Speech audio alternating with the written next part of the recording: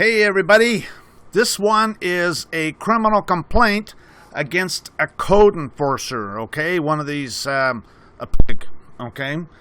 Someone who intends to perjure their oath, okay? That's what PIG stands for, is persons in government who intend to perjure their oath. And this is a training video on how to do a criminal complaint against them and how I did it. Now, everyone's going to be a little bit different, and so you're going to have to... you can use this to start with, okay? Anyways, before we get too carried away here,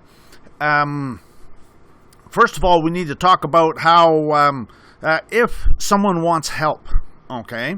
These forms I'm going to have available as Word files on my private group at Yahoo in the files directory, and anybody can go ahead and download them and modify them and take the ball and run with it. Okay, now if you want some help, the best way, the way I prefer to do it, is where you go ahead, you modify it as much as you can, and send it to me for review if you want. Okay, if you're going to do that. Okay, actually, I prefer you just take the ball and run with it. Okay, I prefer that I don't even get involved in it. Okay, but if you want some help, then the preferred way, if you want some help, is for you to modify it as best as you can and then send it to me for review. And if you do that, then I will turn on track changes right here under the review tab. Right there is track changes. And then I will go through and I'll make some changes. Okay? Like maybe this registration number is 7456. Okay, so that's what happens when you turn on track changes, is it goes and maybe your U.S. attorney is in the Western District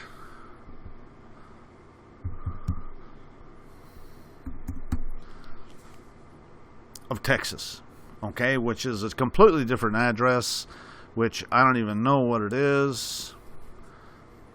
Okay, so those are a bunch of changes that potentially could be in it, along a lot of other ones too.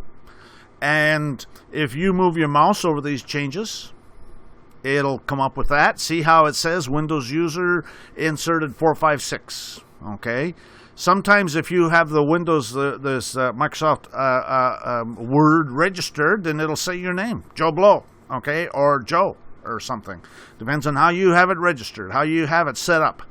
Anyways, and it says that someone deleted that, okay? Says that someone inserted WES and someone deleted NOR and someone deleted 1100 Commerce Street, 3rd floor, okay? And notice also in the left margin there's vertical bars, okay? Every time there's a change, then you're going to see those vertical bars. So, what I'm going to do is I'm going to go through and I'm going to make a bunch of changes and stuff that I think that you might want to consider, okay? You can accept them or reject them, okay? You just move your mouse over top of that, and then you do a right click on the mouse button, okay? And you can accept it or reject it, okay? And we're going to reject it. Same thing, accept it or reject it. Now, you can also go up to here, right here where it says accept, or it can say reject. Okay, I rejected that one. So you can accept them one at a time, or you can accept all the changes in the document, or you can reject all the changes. Okay, so it's quite versatile. You can do whatever you want. Now, another thing is that say you see that vertical bar and you can't see the change. Okay, well, then you just reject them all and it'll be gone. Or accept them all. Whatever you want to do. So that's how track changes work. Another thing is I may decide to put a comment in. So I'll just highlight the area that I'm commenting about and insert a comment. Okay, and that's what will happen. And this is a comment. So anyways, that's how the comments work. And so you might have a comment where I tell you, well, I'm not sure if you want to do this. I mean, I do it because I can get away with it, but is it something you really want to do? You may not want to. And so, anyways, so I bring these things to your attention, okay? That's the purpose of a comment, is just to bring something to your attention that you might want to reconsider that, or whatever. You can also make comments back. You can highlight the same area and insert your own comments, and your comments will probably be a different color than mine. And then after you're done, when you're done with the document, then you just do a right click on that comment, and you delete the comment.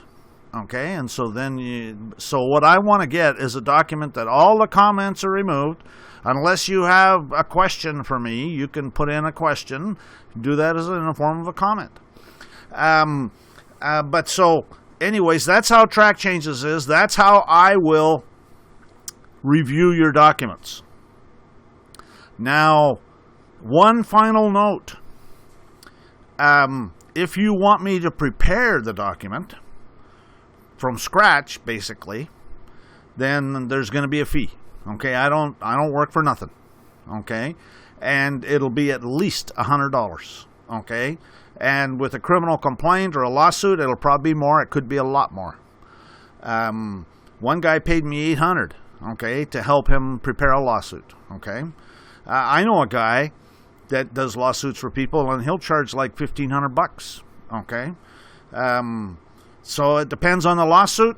It depends on a lot of things, okay? But there will be a fee, and it's not a donation. If you want me to review documents, I want a donation.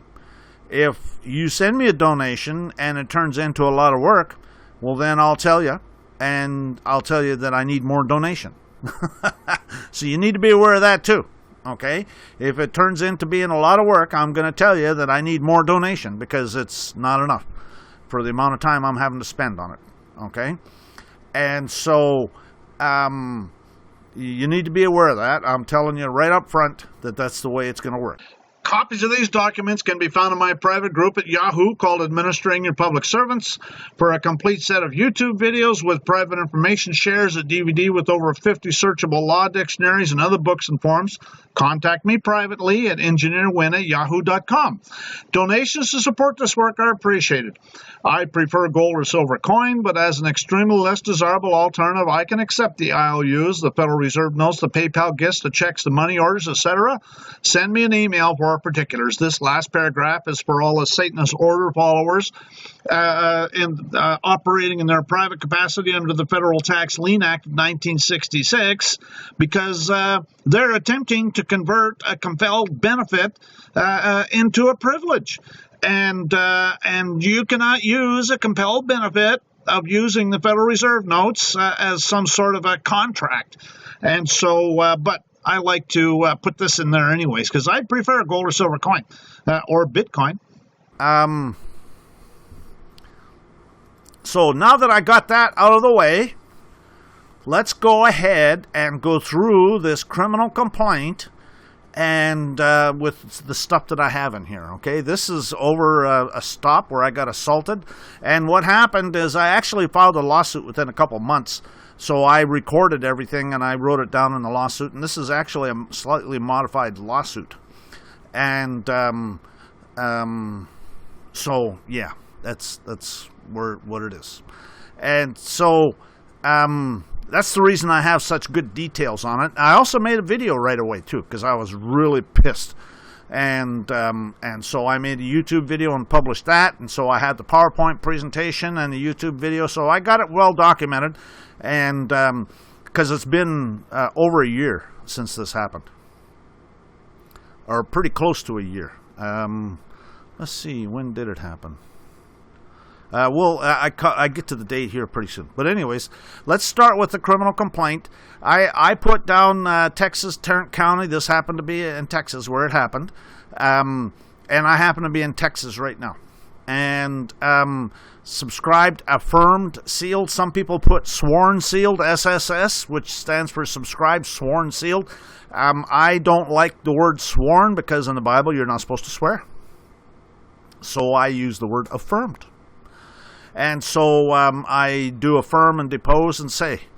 And you got to make it as strong and as powerful as you can make it with words. So you want to make sure that, I don't like using the word believe, but I do use the word believe in some areas. But you have to understand that a belief is not an affidavit type thing, okay?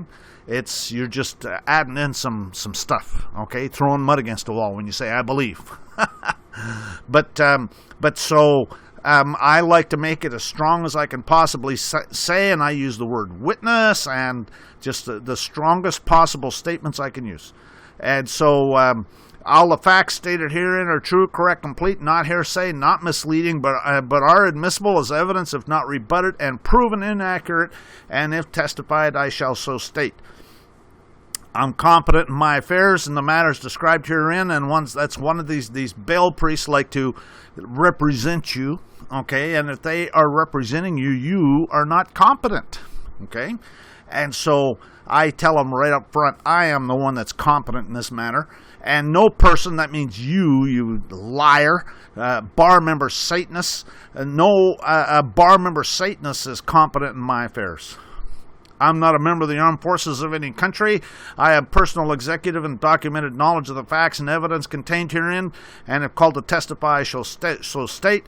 And this paragraph 6 is a standard one that I put in all of my documents, because if you use their codes, rules, and regulations, then you're implying that you're subject to them.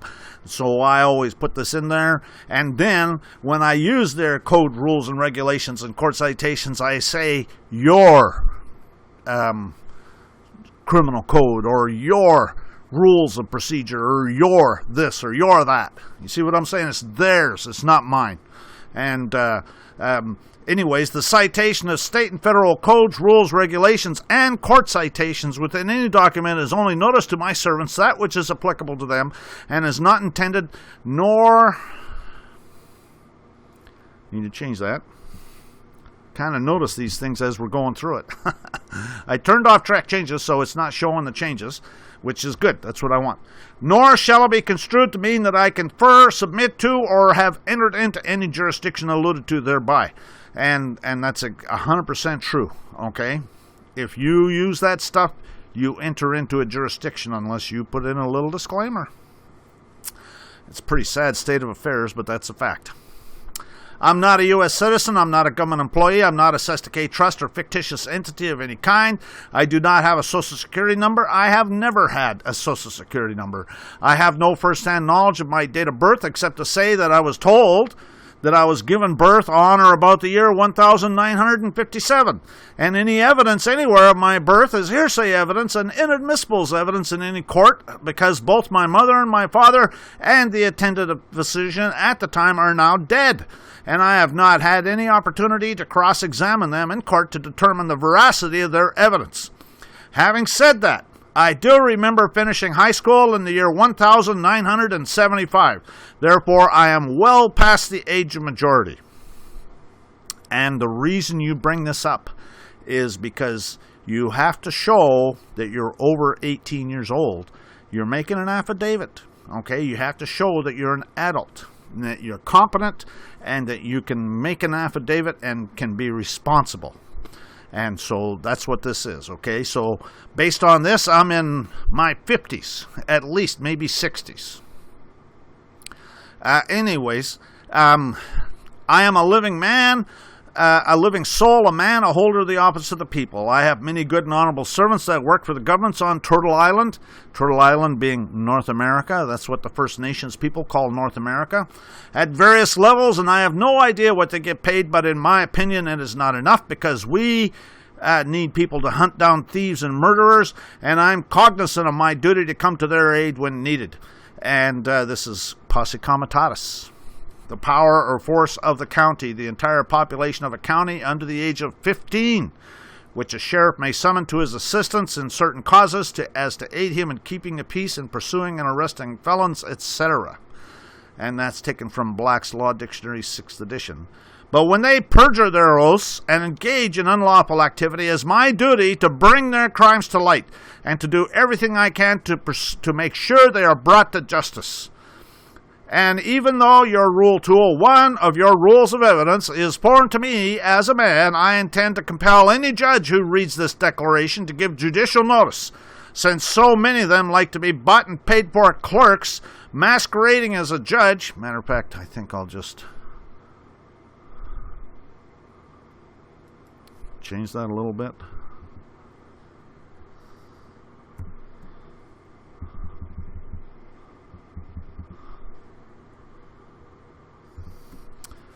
There we go. Because since so many of them like to be bought and paid for clerks masquerading as a judge, and therefore pretend that some things are not said. Okay, now their Rules of 201 is basically it's basically you're saying that this is evidence. Okay, you're making it so they have to give judicial notice. The said wrongdoers trespass upon my property. The causal agent of the trespass is assault, kidnapping, false imprisonment, breach of trust, perjury, resisting arrest, seditious conspiracy, and more. The trespass did and does cause harm and injury to my property. The commencement of the wrong and harm was on or about September 11, 2016 at approximately 5:30 in the morning. So it's not quite a year ago. It'll be a year ago in another week or two. Eyewitness, Walker County Sheriff Jacobson threatened me, oppressed me, and intimidate me in the free exercise of my rights when he followed me for approximately 5 miles with his black and white police vehicle that has a paint scheme that's designed to be threatening, oppressing, and intimidating.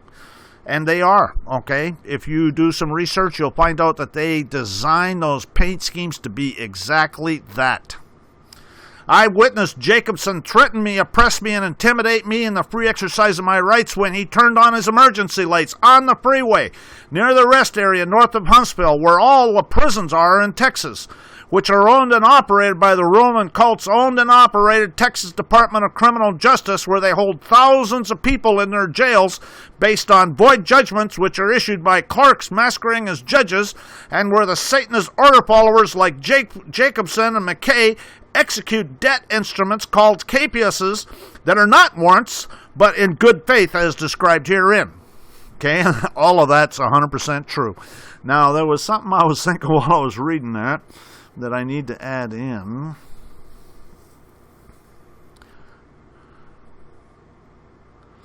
Oh, there was no emergency.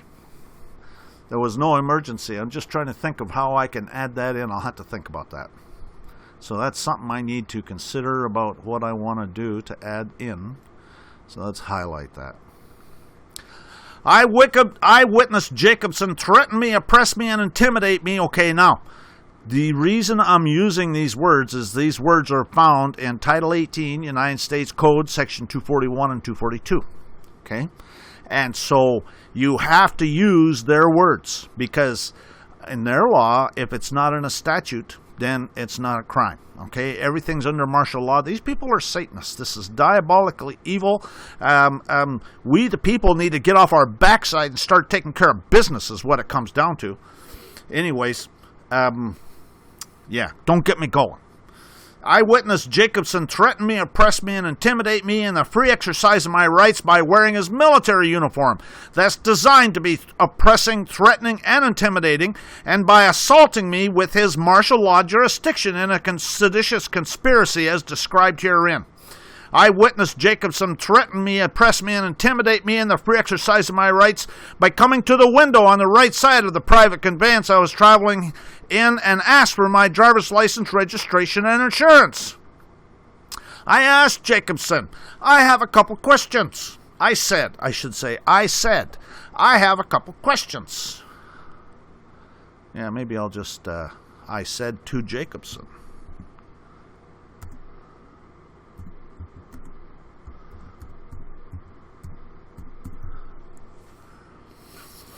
Eyewitness Jacobson say, sure. I said, was there a breach of the peace? Eyewitness Jacobson threatened me, oppressed me, and intimidate me in the free exercise of my rights by shouting into his radio, "Sovereign citizen, need backup," before I could finish asking the question. Eyewitness Barack Obama oppressed me, threatened me, and intimidate me in the free exercise of my rights by stating in the bought and paid for. Matter of fact, I think I'll modify that a little bit. In his bought and paid for.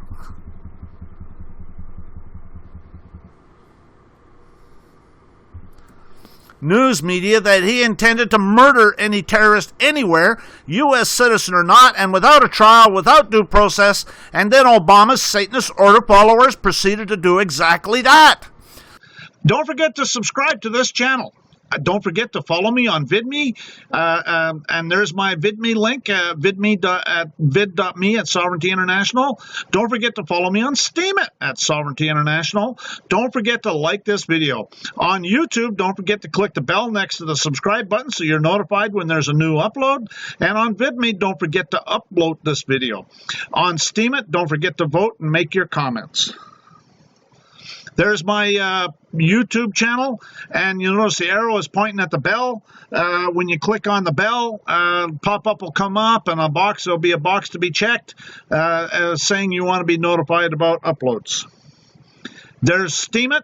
The arrow on the left is the number of votes that you can, and where you can upvote the video or the article.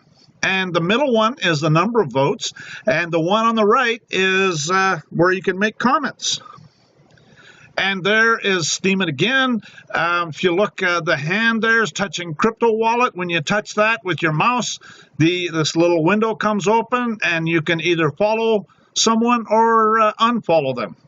Eyewitness the Federal Bureau of Investigation circulate numerous news releases stating that all sovereign citizens are terrorists, thereby threatening me, oppressing me, and intimidating me in the free exercise of my rights by stating that they intend to murder me without a trial, without due process, as Obama's order followers, and further.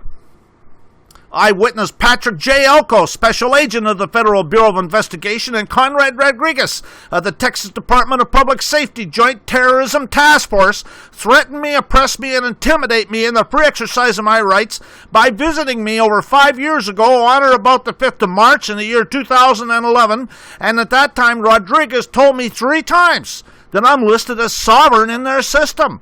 And it is obvious to me that Jacobson had pulled up that hearsay information in his hearsay computer system and further. Eyewitness Jacobson have no intention of leaving me alone. And this is a Supreme Court case. They conferred against the government the right to be let alone, the most comprehensive of rights and the right most valued by civilized men. I asked Jacobson if he had a court order for me to provide the information.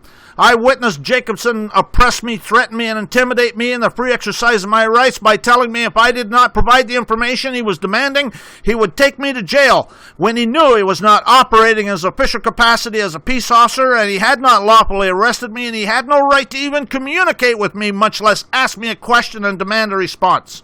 And this is taken from the Texas Penal Code. Failure to identify. A person commits an offense if he intentionally refuses to give his name, residence, address, date of birth to a peace officer who has lawfully arrested that person and requested the information. There was no lawful arrest. He was the one that was breaching the peace. He assaulted me. I asked Jacobson, do you have any evidence that I'm carrying passengers or property for hire? And this is Title 18, United States Code, Section 31. The term motor vehicle means every description of carriage or other contrivance propelled or drawn by mechanical power and used for commercial purposes on the highways in the transportation of passengers and property or cargo. And the term used for commercial purposes means the carriage of persons or property for any fare, fee, rate, charge, or other consideration, directly or indirectly in connection with any business or undertaking intended for profit. And so he didn't have any evidence that I was carrying passengers or property for hire. I witnessed Jacobson order me to get out of the vehicle. I got out of the private conveyance that I was traveling in. I witnessed Jacobson order me to go to the front of his Walker County Sheriff vehicle. I witnessed Jacobson tell me that he had stopped me because my third brake light was burned out. Oh, isn't that the just most terrible thing possible? This is harassment is what it is, these Satanist pigs. Because my third brake light, so the brain dead idiots that are following me can't see the other two?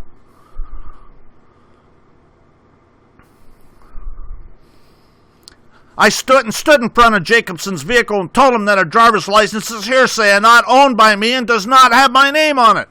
I witnessed Jacobson go to his vehicle and talk on his radio to his supervisor, and came back a couple minutes later and oppressed me, threatened me, and intimidate me in the free exercise of my rights when he put me in his handcuffs. And when he knew he was not operating in his official capacity as a peace officer and had not lawfully arrested me and had no right to even communicate with me, much less ask me a question or demand a response.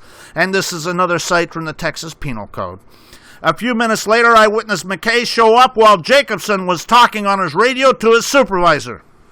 A few minutes after McKay showed up, I witnessed Jacobson come out of his vehicle, and I told both of them that since there's no breach of the peace, and said they had no court order, and they were not operating in their official capacity as peace officers, but were operating in their private capacity as revenue officers under the Federal Tax Lien Act of 1966.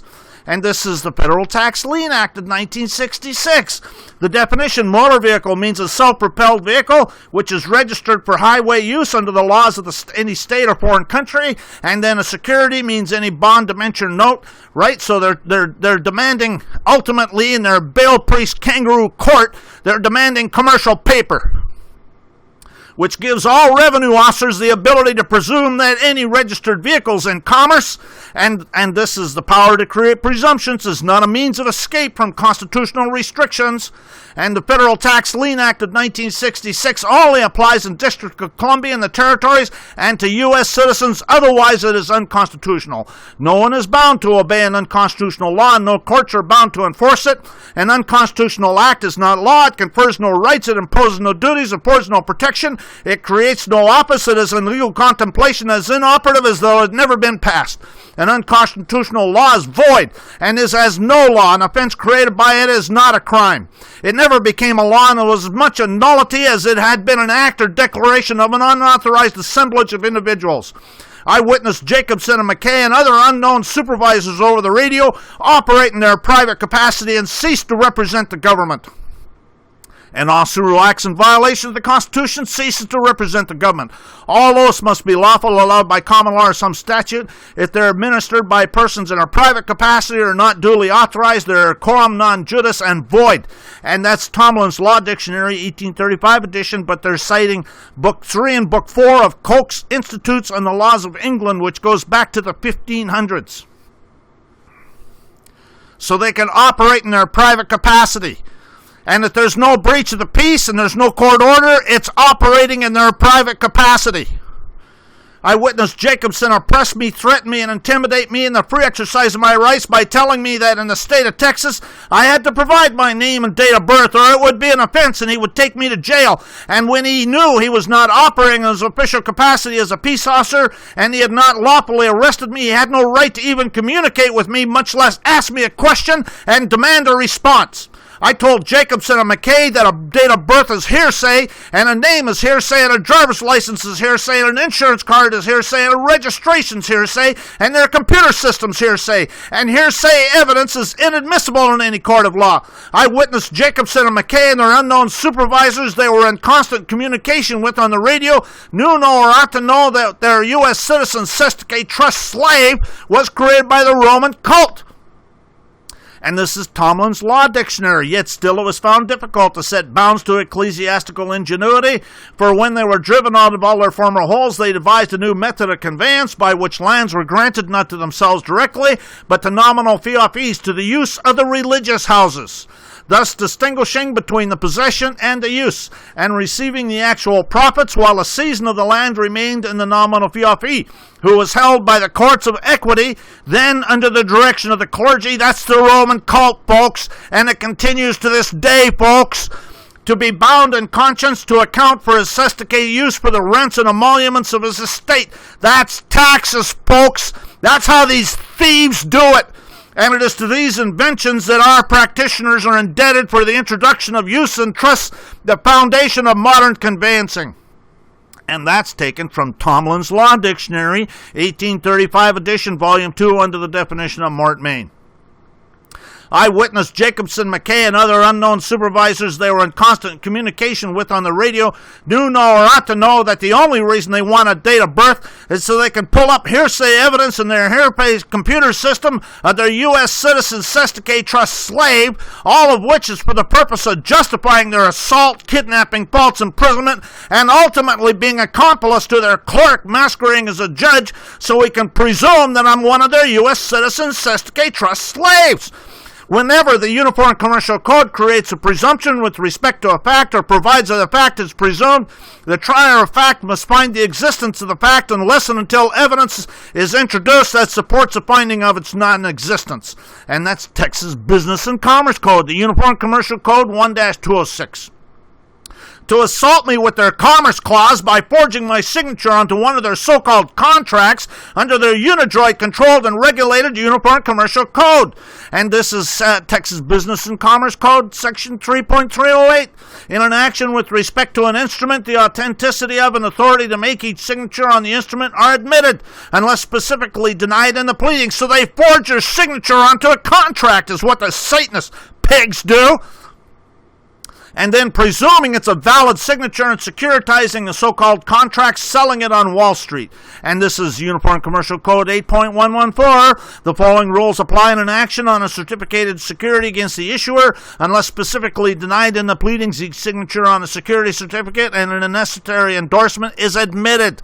So they sell it on Wall Street. There's people that have found their criminal cases at Fidelity Investments, so they can sell me into slavery. And this is 1871 court case. He, the prisoner, has, as a consequence of his crime, not only forfeited his liberty, but all his personal rights, except those which the law and its humanity affords him. He is, for the time being, a slave of the state. Under their fraudulent current 13th Amendment, and that's Section 1 says neither slavery nor involuntary servitude except as a punishment for crime whereof the party shall have been duly convicted. Okay, so that's what these Satanists had planned with the Civil War, which is an unconstitutional replacement of the true Article 13 of the Amendment as taken from a certified copy of an 1819 Constitution for the United States of America, which says, if any citizen of the United States shall accept, claim, receive, or retain any title of nobility or honor, or shall, without the consent of Congress, accept or retain any present pension, office, or emolument of any kind whatever from any emperor, king, prince, or foreign power, such person shall cease to be a citizen of the United States and shall be incapable of holding any office of trust or profit under them, or either of them. And a true copy of which is attached to the affidavit of criminal complaint, which is recorded with the Pinal County Recorder at fee number 2007-059-087, all of which is incorporated herein by reference in its entirety. Jacobson and other unknown individuals over the radio. Matter of fact, I think I'll just put this. I witnessed Jacob and other unknown individuals over the radio knew nor ought to know that there are no common law offenses. There are no common law offenses against the United States, only those acts which Congress has forbidden with penalties for disobedience of its command are crimes, and there's all sorts of courts that talk about it. And the same thing in Texas. Under Texas law, no act or omission is a crime unless made so by statute, which is the same thing that precipitated the War of Independence, and this is taken from the causes and necessities for taking up arms. Statutes have been passed extending the courts of admiralty and vice-admiralty far beyond their ancient limits for depriving us of the accustomed and inestimable privilege of trial by jury in cases affecting both life and property, to supersede the course of common law, and instead thereof to publish and order the use and exercise of the law martial, and for altering fundamentally the form of government established by charter. We saw the misery to which such despotism would reduce us. And this is basically the same thing where this Judge Ellett in his book, Non-Ratification of the 14th Amendment associated with the case Diet versus Turner, says basically the same thing. In the meantime, civil law was formal law imposed in the Roman Empire, which was largely, if not wholly, governed by martial law rule. Equity has always been understood to follow the law, to have superior equity is to turn things on their head. This is exactly what happens when martial law is imposed. If equity is a law, then it follows its own course rather than following the common law, thereby destroying the common law and leaving what's called equity in its place. So they could assault me with one of their so-called contracts under their Texas Penal Code. And a penal action is an action on a penal statute, an action for recovery of a penal penalty given by statute. Where an action is founded entirely on statute, the only object is to recover a penalty or forfeiture. Such action is a penal action. The words penal and penalty in their strict and primary sense denote a punishment, whether corporal or pecuniary, imposed and enforced by a statute for a crime or offense against its laws. The noun penalty is defined forfeiture for a non-compliance with an agreement. So where's the contract, pig? The words forfeit and penalty are substantially synonymous. A penal action is one founded entirely on statute, brought by the sole object of recovering a penalty or forfeiture imposed as punishment for specific offense, while a remedial action is one brought to obtain compensation or indemnity. A penal action is a civil suit brought for recovery of a statutory forfeiture when inflicted as punishment for an offense against the public. Such actions are civil actions on the one hand, closely related to criminal prosecutions, on the other to actions for private injuries in which a party aggrieved may by statute recover punitive damages. Private injuries. That's what these Satanist pigs are doing, is they're assaulting you with a contract. Need to add this in here. I witnessed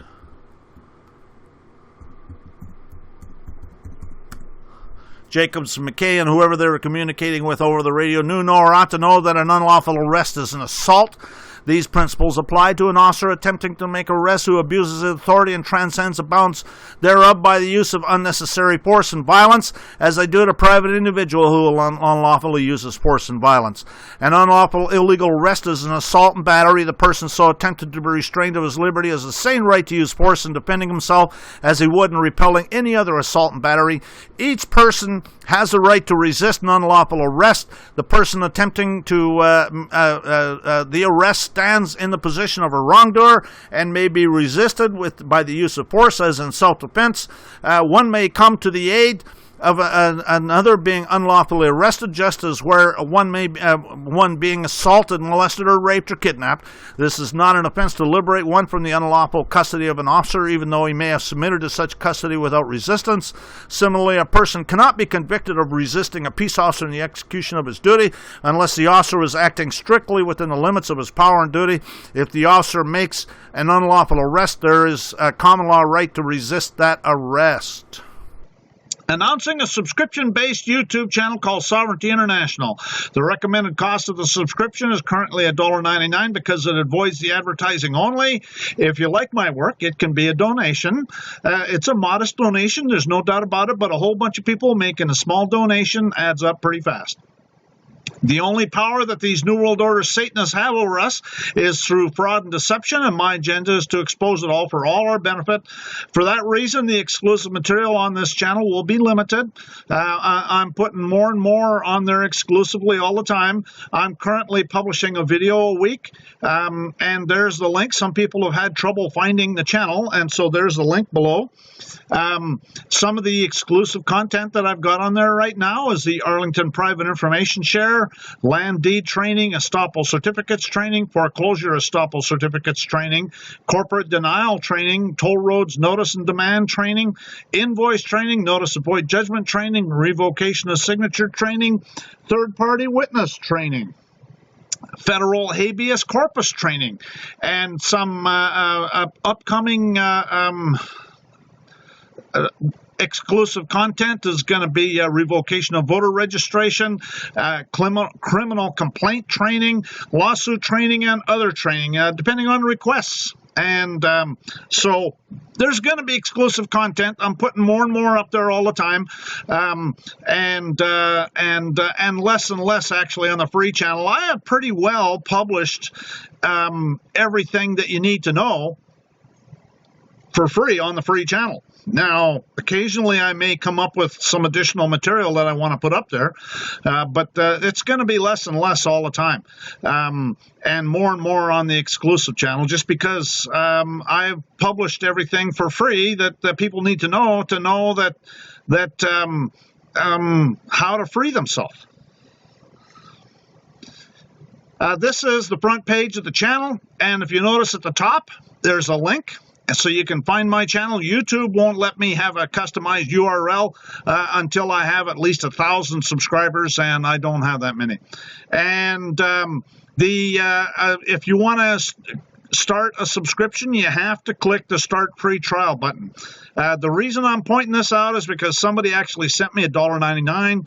I didn't know if they wanted me to sign them up for the channel or if it was a donation. I actually offered to refund it. They didn't respond, so I guess it was a donation.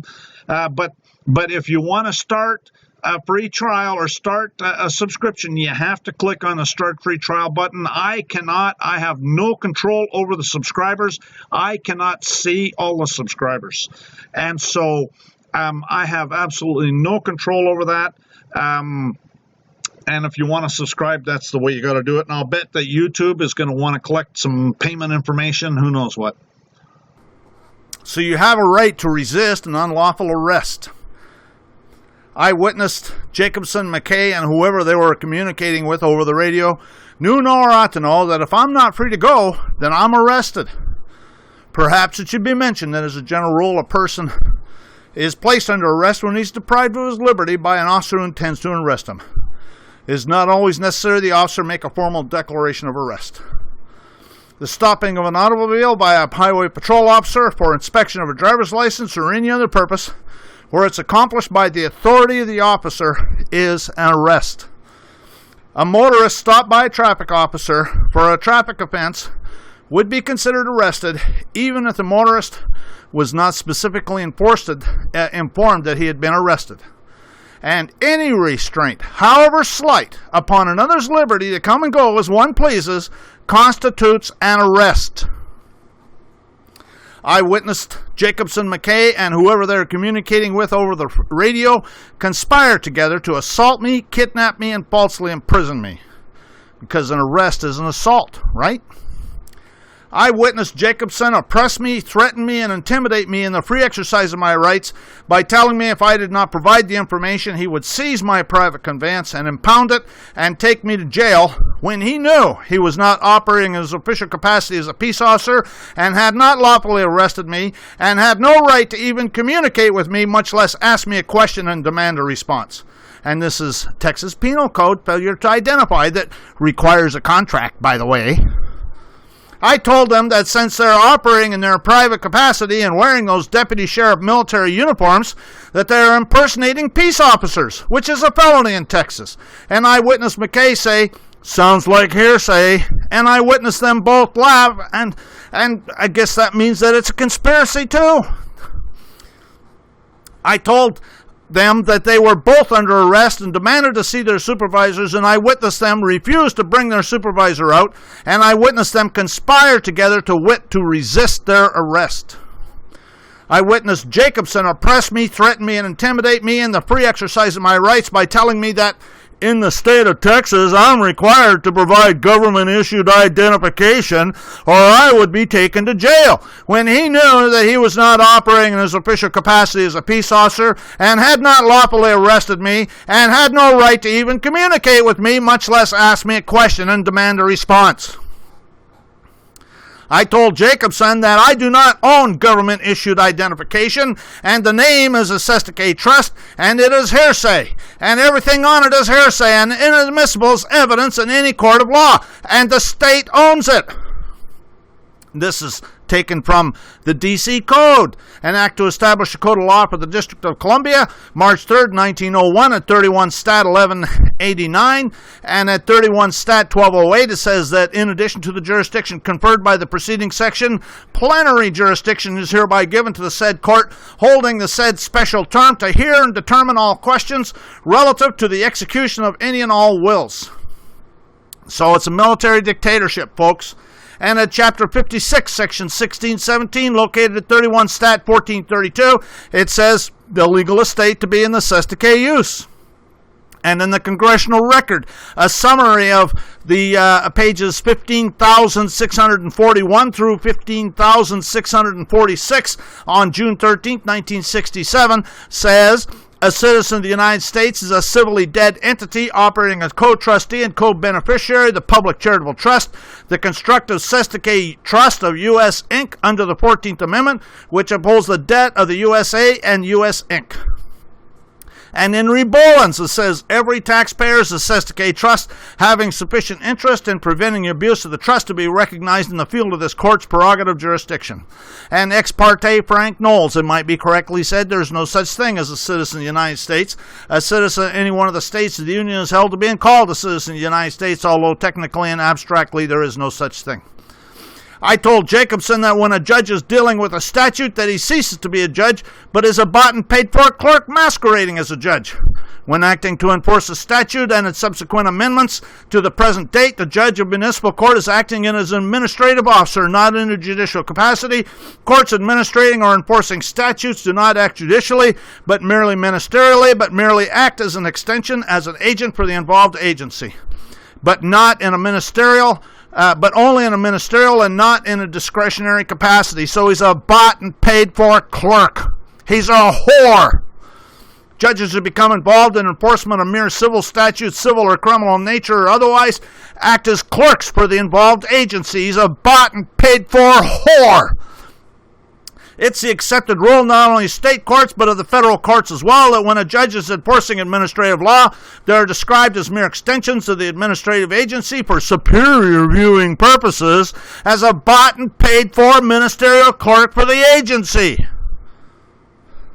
And bought and paid for clerks cannot do anything judicial, like issue warrants and orders of any kind, and if he does, it's a fraud and a nullity. Ministerial officers are incompetent to receive grants of judicial power from the legislature. Their acts in attempting to exercise such powers are necessarily nullities. And avoid judgment. Avoid judgment which from its inception was a complete nullity and without legal effect. Avoid judgment which has no legal force or effect whatever, is an absolute nullity. Its invalidity may be asserted by any person whose rights are affected at any time and any place. It need not be attacked directly, but may be attacked collaterally whenever and wherever it's interposed. Avoid judgment insofar as it purports to be a pronouncement of a court is an absolute nullity. Eyewitness Jacobson oppressed me, threatened me, and intimidated me in the free exercise of my rights when he asked me if my name was Glenn. And when he knew he was not operating in his official capacity as a peace officer and had not lawfully arrested me and had no right to even communicate with me, much less ask me a question and demand a response. I told Jacobson that's hearsay. Eyewitness Jacobson oppressed me, threatened me, and intimidated me in the free exercise of my rights when he asked me if I was a U.S. citizen, when he knew he was not operating in his official capacity as a peace officer and had not lawfully arrested me and had no right to even communicate with me, much less ask me a question or demand a response. I told Jacobson, no, I'm not a U.S. citizen, but I am a Texas citizen. I told Jacobson, both Jacobson and McKay, that they should take me over there to that ditch, pointing with my nose to the ditch because I was in their handcuffs, and blow my brains out. Eyewitness Jacobson oppressed me, threatened me, intimidated me in the free exercise of my rights when he asked me if I wanted to do harm to myself, when he knew he was not operating in his official capacity as a peace officer and had not lawfully arrested me and had no right to even communicate with me, much less ask me a question and demand a response. I told Jacobson, absolutely not. But by the time I'm finished with you, you motherfucking son of a bitch, you'll wish you did blow my brains out, and I'll do it all within the law. I told both of them that if they had unlawfully arrested me, they had kidnapped me, they had falsely imprisoned me, and they were resisting arrest, and they had perjured their oath, and they had breached the trust, and they were conspiring together to violate my rights under the color of their so-called laws, and I'd been to the U.S. Supreme Court 4 times, and they obviously intend to be next. Any restraint, however slight, upon another's liberty to come and go as one please, constitutes an arrest. An illegal arrest is an assault and battery. The person so attempted to be restrained of his liberty has the same right to use force in defending himself as he would in repelling any other assault and battery.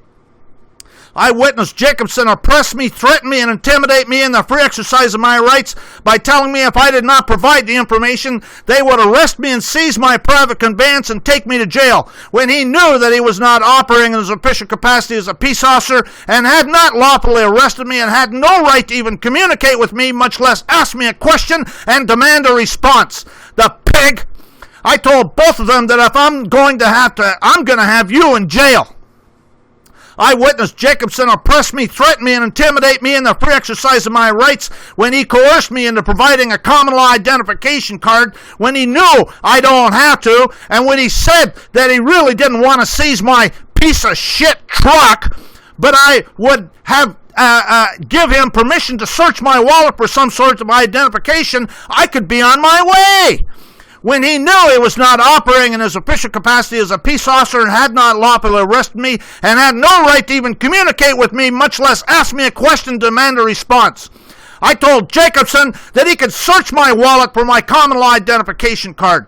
Eyewitness McKay oppressing me, threatened me, and intimidated me in the free exercise of my rights when he said that the county sheriff is a constitutional authority. Why don't I have respect for the constitutional authority? When he knew he was not operating in his official capacity as a peace officer and had not lawfully arrested me and had no right to even communicate with me, much less ask me a question.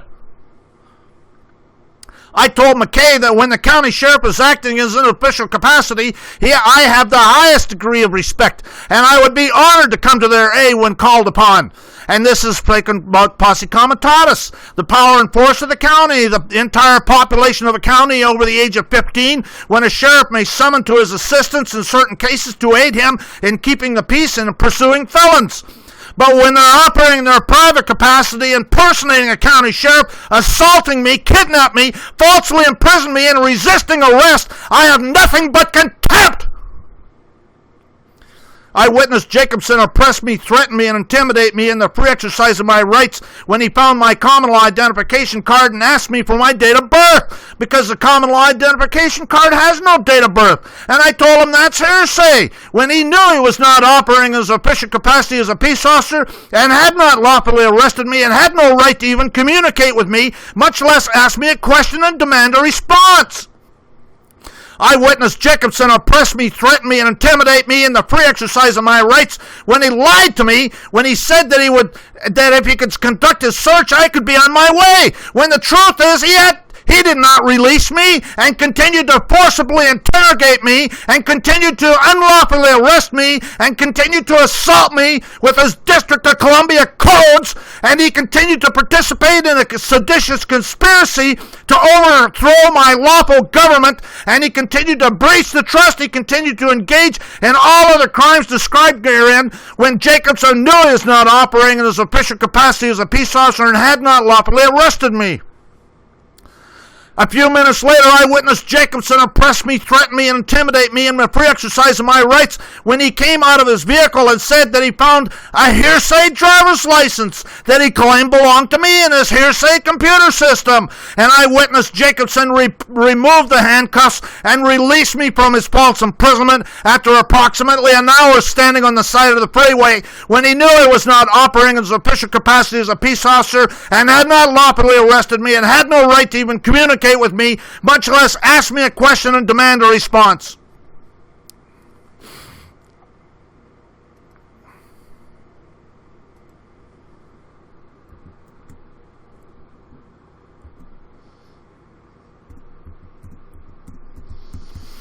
I got to add that in.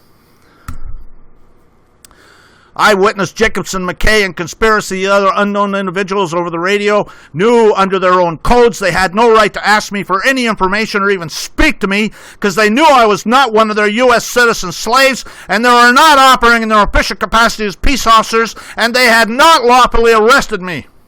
Eyewitness Jacobson assaulted me, kidnapped me, and falsely imprisoned me in conspiracy with McKay and also with unknown supervisors over his radio numerous times during the assault.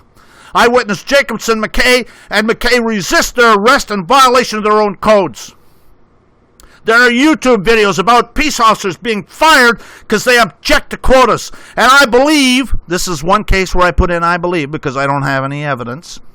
I believe that the evidence from discovery will show that the Walker County Sheriff and others unknown are imposing quotas on Jacobson, McKay, and others. And this is another case where I believe because I don't have any evidence yet. I believe, and any reasonable person would see, and I believe that the evidence from discovery will show that the Walker County Sheriff and others unknown are deliberately screening out potential employees based on intelligence levels through their testing process, thereby eliminating higher intelligence individuals from the hiring pool because they intend to hire low intelligence thugs, pigs, who will blindly follow orders without considering whether it's a lawful order or not, as found in Jordan versus City of New London, where Robert Jordan had a master's degree and the City of New London refused to hire him. That's case number 99-9188-U.S. Court of Appeals for the Second Circuit, because he scored too high in their test.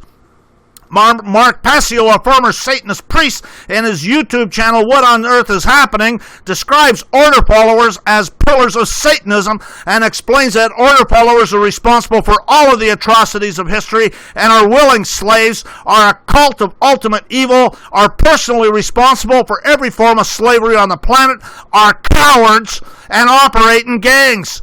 Passio says that order followers and their supporters are practicing Satanists and are the true destroyers of this world, and isn't that the truth? During the World War II war crimes tribunals, all the Nazis claimed they were just following orders, which means they were Satanists, and they all suffered death by hanging or spent the rest of their life in jail, and some of them are still hunted to this day. Eyewitness Jacobson and McKay blindly follow orders in conspiracy with some other unknown handlers over the radio. The Texas statutes that Jacobson, McKay, and other individuals over the radio were assaulting me with are actually federal statutes for U.S. citizens under the Commerce Clause of the Constitution. And this is taken from a book called Jurisdiction Over Federal Areas in the States, Report to the Interdepartmental Committee for the Study of Jurisdictional Federal Areas Within the States, Part 2, a text of the law of legislative jurisdiction submitted to the Attorney General and transmitted to the President. International law rule adopted for areas under federal legislative jurisdiction. Federalizes state civil law, including common law. The rule serves to federalize not only statutory but the common law of a state. The civil laws effective in an area of exclusive federal jurisdiction are federal law, notwithstanding their derivation from state laws, and a cause arising under such laws may be brought in or removed to the federal district court. This is taken from pages 158 through 165. Eyewitness Jacobson, McKay, and other unknown individuals over the radio conspire together to violate my rights, trespass upon my property under their color of their codes by assaulting me with their U.S. Citizen Sestake Trust slave name, because a U.S. citizen's not entitled to an Article 3 court, but instead gets an Article 1 court with a military dictatorship jurisdiction under Article 1, Section 8, Clause 17. And this is taken from National Mutual Insurance Company versus Tidewater Transfer Company, which further states that citizens of the District of Columbia are not embraced by the judicial power of the Article 3 and under all of the Constitution of the United States of America. Of the Constitution of the United States of America. The statement is held in Hepburn versus Dundas, and in 1804 the Supreme Court through Chief Justice Marshall held that a citizen of the United States is not a citizen of the states. We therefore decline to overrule the opinion of Chief Justice Marshall. We hold that the District of Columbia is not a state within Article 3 of the Constitution. In other words, cases between citizens of the district and those of the states are not included in the catalog of controversies over which the Congress could give jurisdiction to the federal courts by virtue of Article 3. In other words, Congress has exclusive legislative jurisdiction over citizens of Washington District of Columbia, and through their plenary power, nationally covers those citizens, even one of the several states, as though the district expands for the purpose of regulating its citizens wherever they go throughout the states of the Union. And that's U.S. Supreme Court, 1948. Eyewitness Jacobson, McKay, and other unknown individuals over the radio conspire together to assault me with their fraudulently created Sestakay Trust, their U.S. citizen slave, their Roman law, their District of Columbia codes in support of their Roman cult handlers under their international law rule. The laws of Congress in respect to those matters do not extend into the territorial limits of the states and have force only in the District of Columbia and other places that are within the exclusive jurisdiction of the national government. I witnessed the cowards Jacobson, McKay, and other unknown individuals who are especially cowards over the radio engage in a secret war against me under their satanic Roman law. A mixed war is one which is made on one side by public authority and on the other by mere private persons. When they assaulted me with the name of their Sestakay Trust, Glenn Winningham Fern in all block capital letters, which is a fictitious war name. Under the international law of warfare, the parties must appear by nom de guerre because an alien enemy cannot maintain action during the war in his own name. Because they intend to drag me into their kangaroo court. Kangaroo court is a term descriptive of a sham legal proceedings in which a person's rights are totally disregarded and which the result is a foregone conclusion because of the bias of the court or other tribunal. Whereas the so-called judge is a bought and paid-for bail priest clerk masquerading as a judge. When acting to enforce a statute and its subsequent amendments to the present date, the judge of municipal court is acting as an administrative officer, not a judicial capacity. Courts administrating and enforcing statutes do not act judicially but merely ministerially, but merely act as an extension, as an agent for the involved agency, but only in a ministerial and not a discretionary capacity.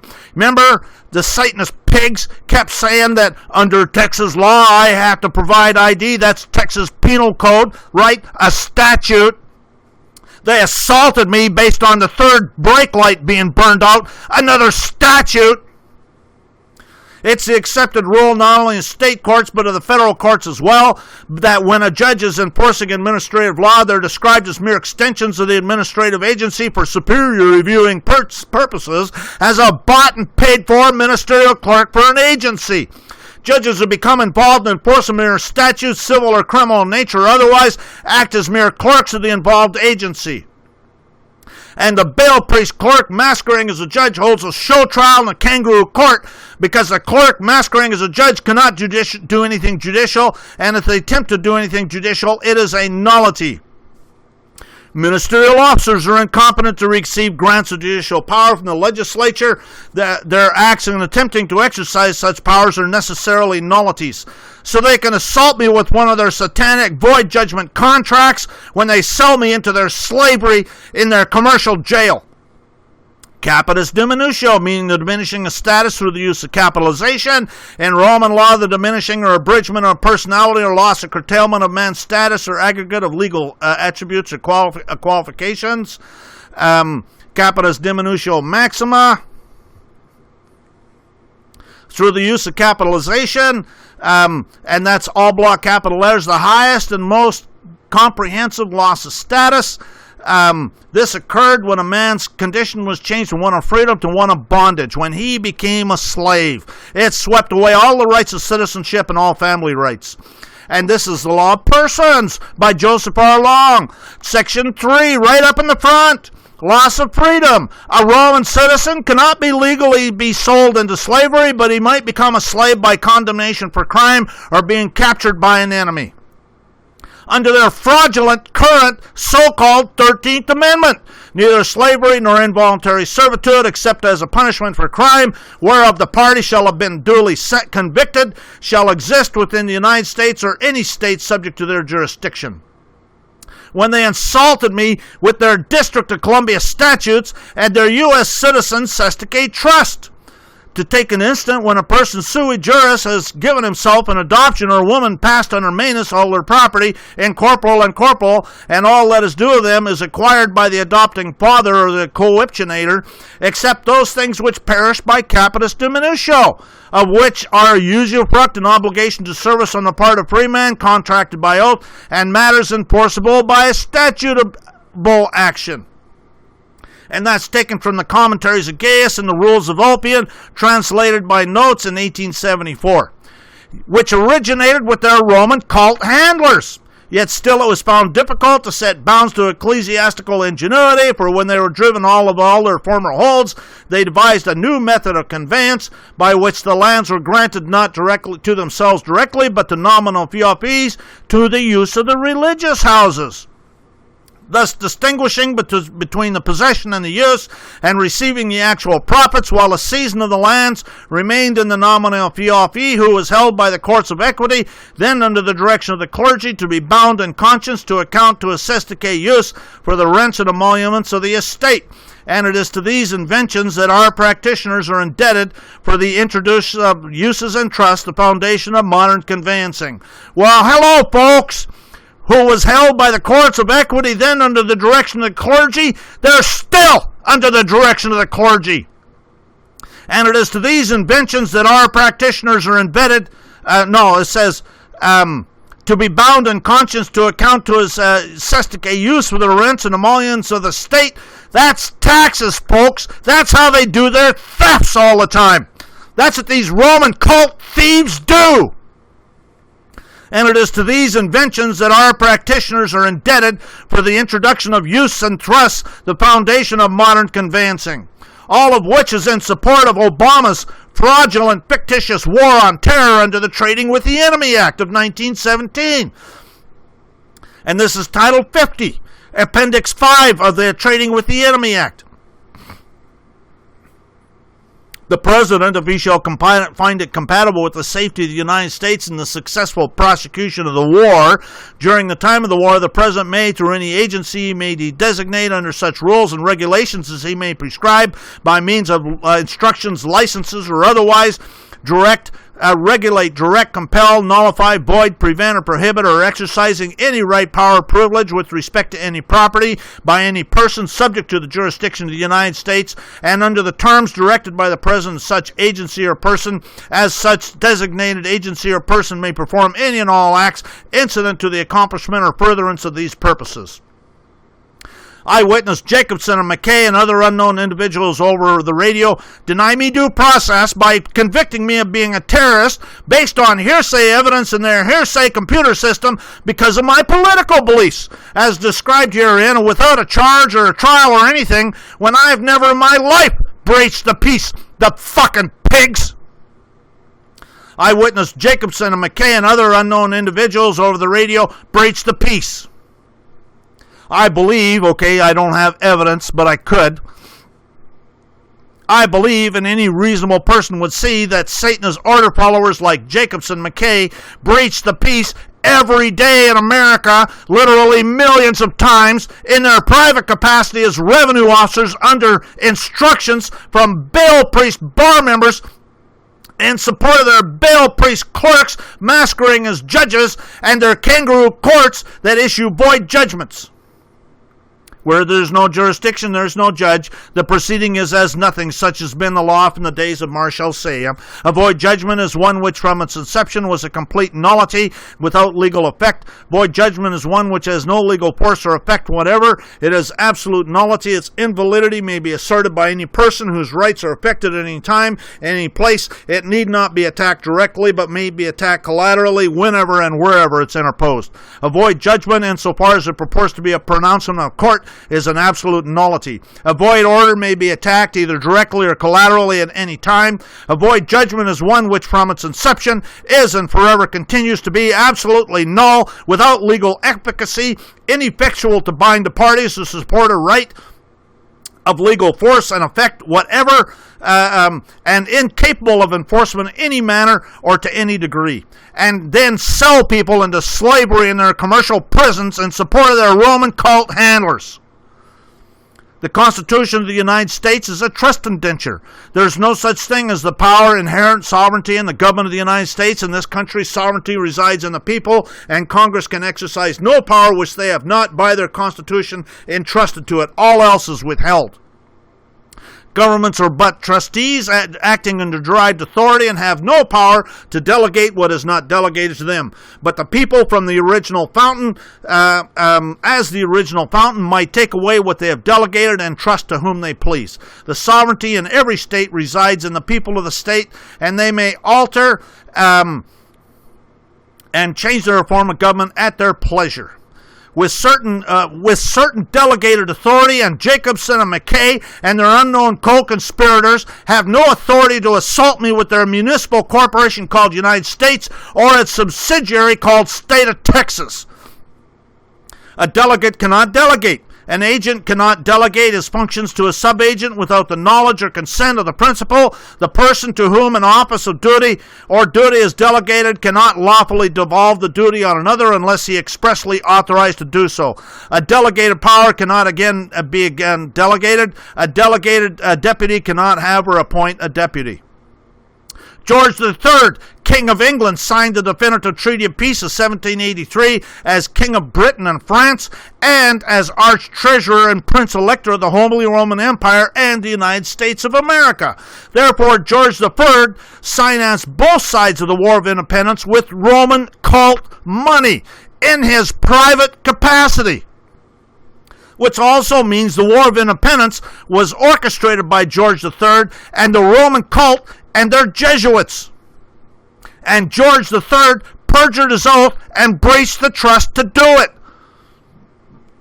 Elizabeth Alexandra Mary, House of Windsor, the bitch, Queen of England, is a successor to George III. Therefore, she's now Arch-Treasurer and Prince Elector of the Holy Roman Empire and the United States of America, which means Elizabeth Alexandra Mary, House of Windsor, the bitch, is operating in her private capacity, and the Roman cult owns and operates the municipal corporation called United States and its subsidiary called State of Texas. And they're Satanists operating in support of their Roman cult handlers, and Elizabeth Alexandra Mary, the bitch, has perjured oath and braced the trust to participate in it.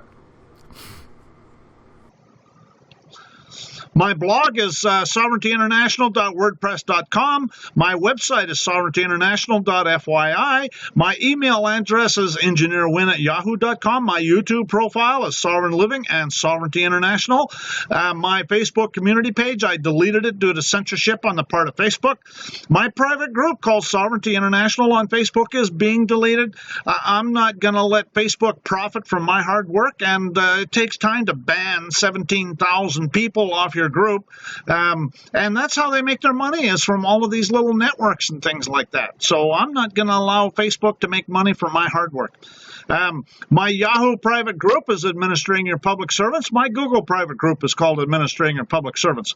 Follow me on Twitter at EngineerWin. Follow me on vid.me at Sovereignty International. And follow me on Steemit at Sovereignty International.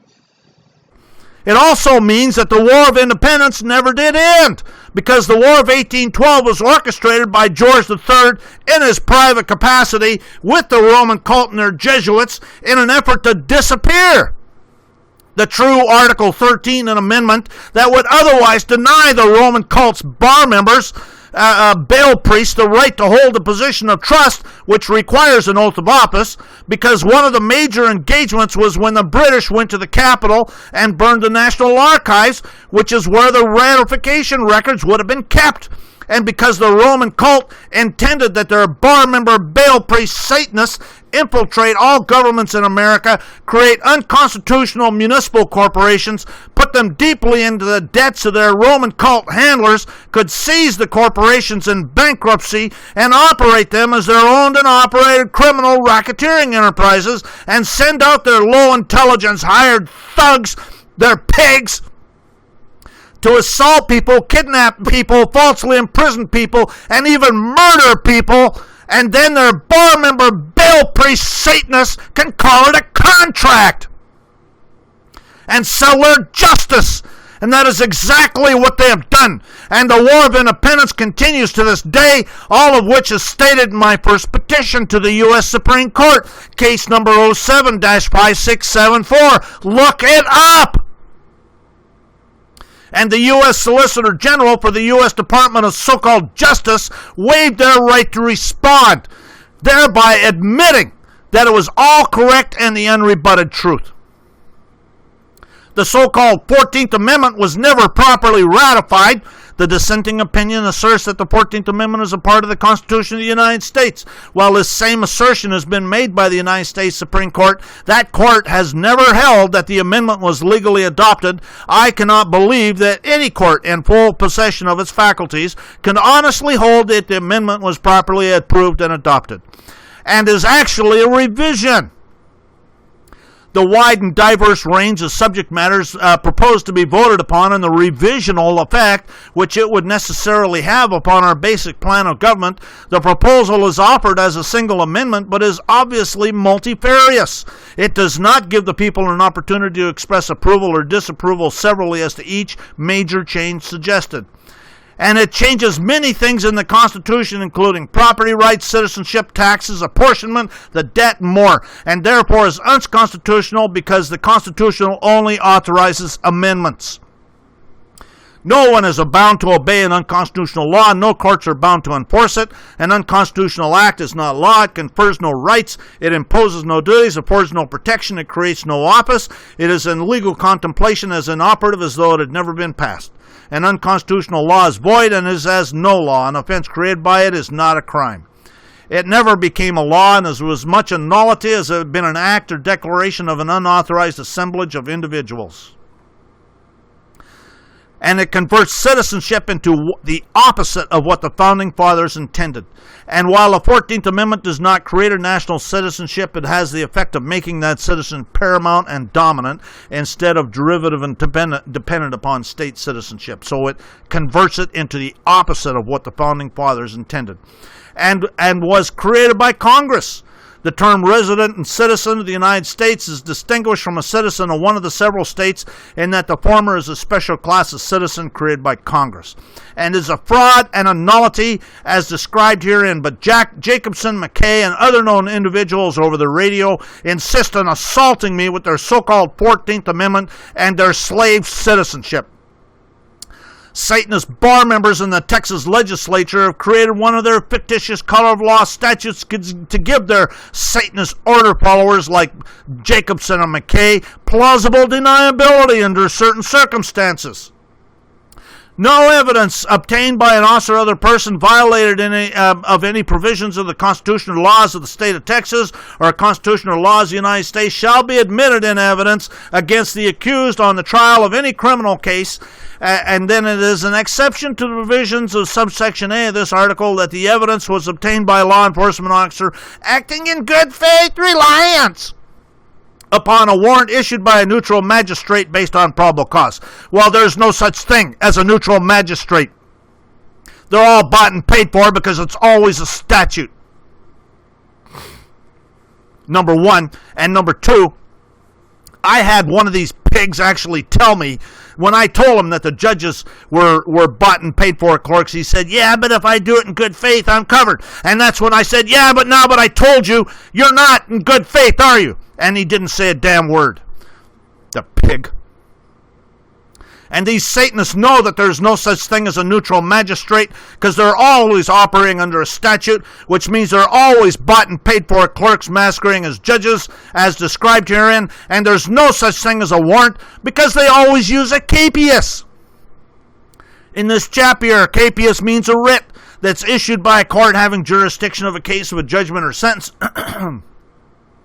Directed to any peace officer of the state of Texas, commanding the officer to arrest a person convicted of an offense in one of their kangaroo courts and show trials, and bring the arrested person before the court.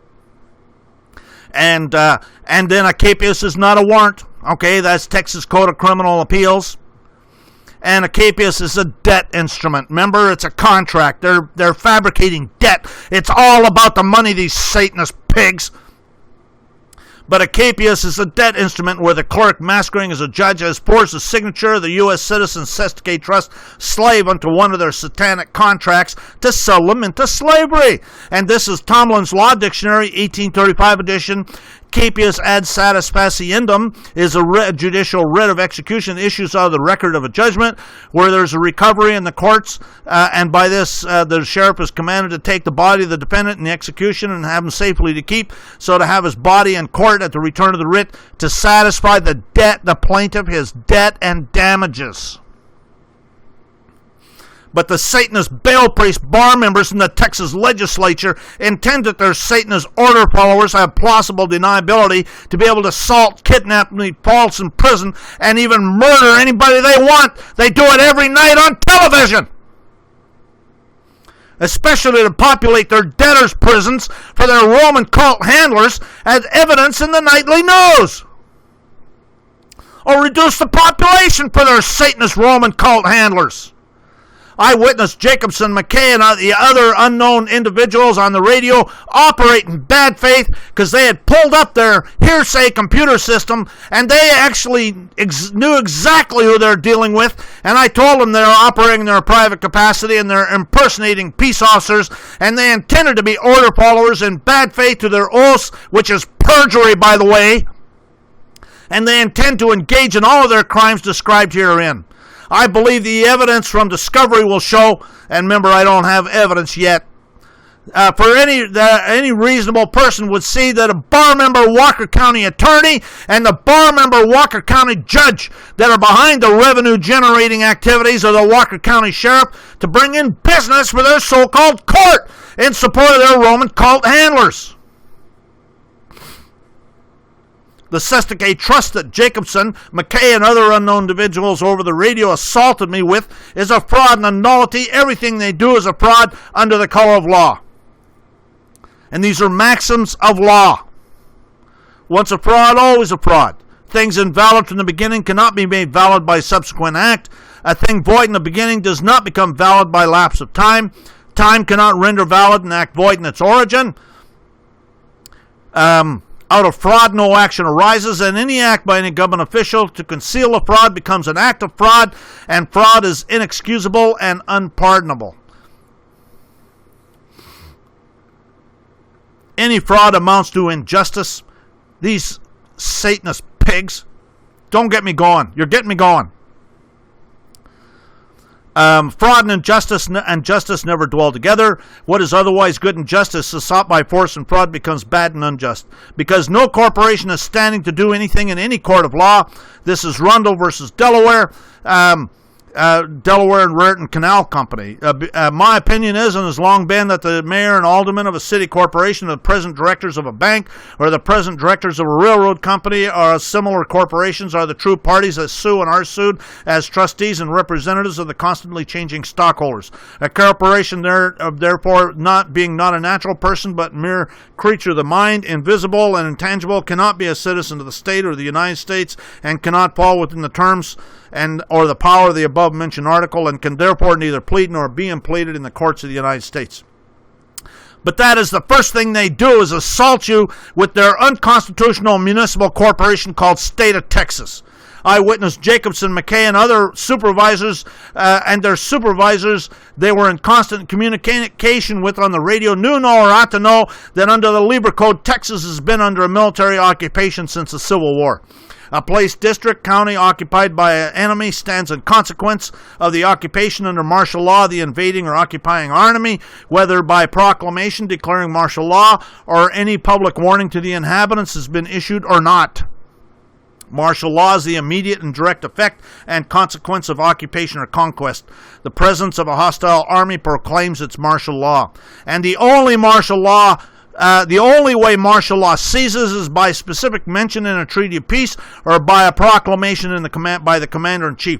Martial law does not cease during a hostile occupation except by special proclamation ordered by the commander-in-chief or by special mention in the treaty of peace concluding the war, when the occupation of a place or territory continues beyond the conclusion of peace as one of the conditions of the same. And there's been no treaty of peace, first of all, and there's been no proclamation. The Civil War was an undeclared war, therefore there's no treaty of peace, and there's been no proclamation by the President of the United States, who's the Commander-in-Chief. Eyewitness Jacob McKay and other unknown supervisors they are in constant communication with on the radio knew, know, or ought to know the United States has acceded to the Hague Convention for. Territory is considered occupied when it's actually placed under authority of the hostile army. The occupation extends only to territory where such army has authority has been established and can be exercised. And the Geneva Convention relative to the protection of civilians in a time of war of 1949, both of which apply. And this is Article 2. In addition to the provisions which shall be implemented in peacetime, the present convention shall apply to all cases of declared war or of any other armed conflict which may arise between two or more of the high contracting parties, even if the state of war is not recognized by one of them.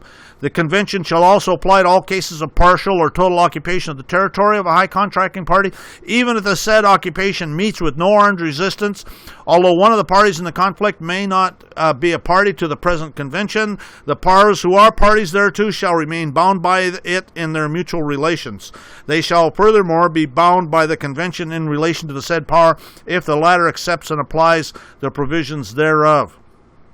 And many sections of the Geneva Convention relative to the protection of civilians in the time of war of 1949 still apply to this day, and this is Article 6. The present convention shall apply from the outset of any conflict of occupation mentioned in Article 2. In the territory of parties of the conflict, the application of the present convention shall cease in the general close of military operations. In the case of occupied territory, the application of the present convention shall cease 1 year after the general close of military operations. However, the occupying power shall be bound for the duration of the occupation, to the extent that such power exercises the functions of government in such territory by the provisions of the following articles of the present convention. And 1 through 12, 27, 29 to 34, a whole bunch of them. And this is Article 6 of the Geneva Convention relative to the protection of civilians in the time of war of 1949. Eyewitness McKay and their Jacobson McKay and their unknown supervisors they were in constant communication with on the radio knew, know, or ought to know that Article 33 of the Geneva Convention relative to the protection of civilians in the time of war of 1949 still applies to this day and says no protected person may be punished for an offense he or she has not personally committed, and collective penalties and likewise all measures of intimidation or terrorism are prohibited, and pillage is prohibited, and reprisals against protected persons and their property are prohibited. And that's Article 33. Eyewitness Jacobson McKay and their other unknown supervisors who are in constant communication with on the radio are punishing me for an offense that was fraudulently created for their U.S. citizen Satanic Trust slave and may have that their fraudulently created Satanic Trust slave may have committed in violation of Article 33. Eyewitness Jacobson McKay and other unknown supervisors they were in constant communication with on the radio engaged in terrorism in violation of Article 33. Eyewitness Jacobson McKay and other unknown supervisors they were in constant communication with on the radio engaged in reprisals.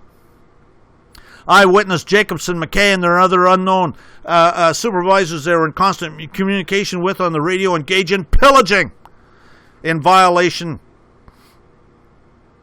of Article 33 of the Geneva Convention relative to the treatment of civilians in time of war of 1949.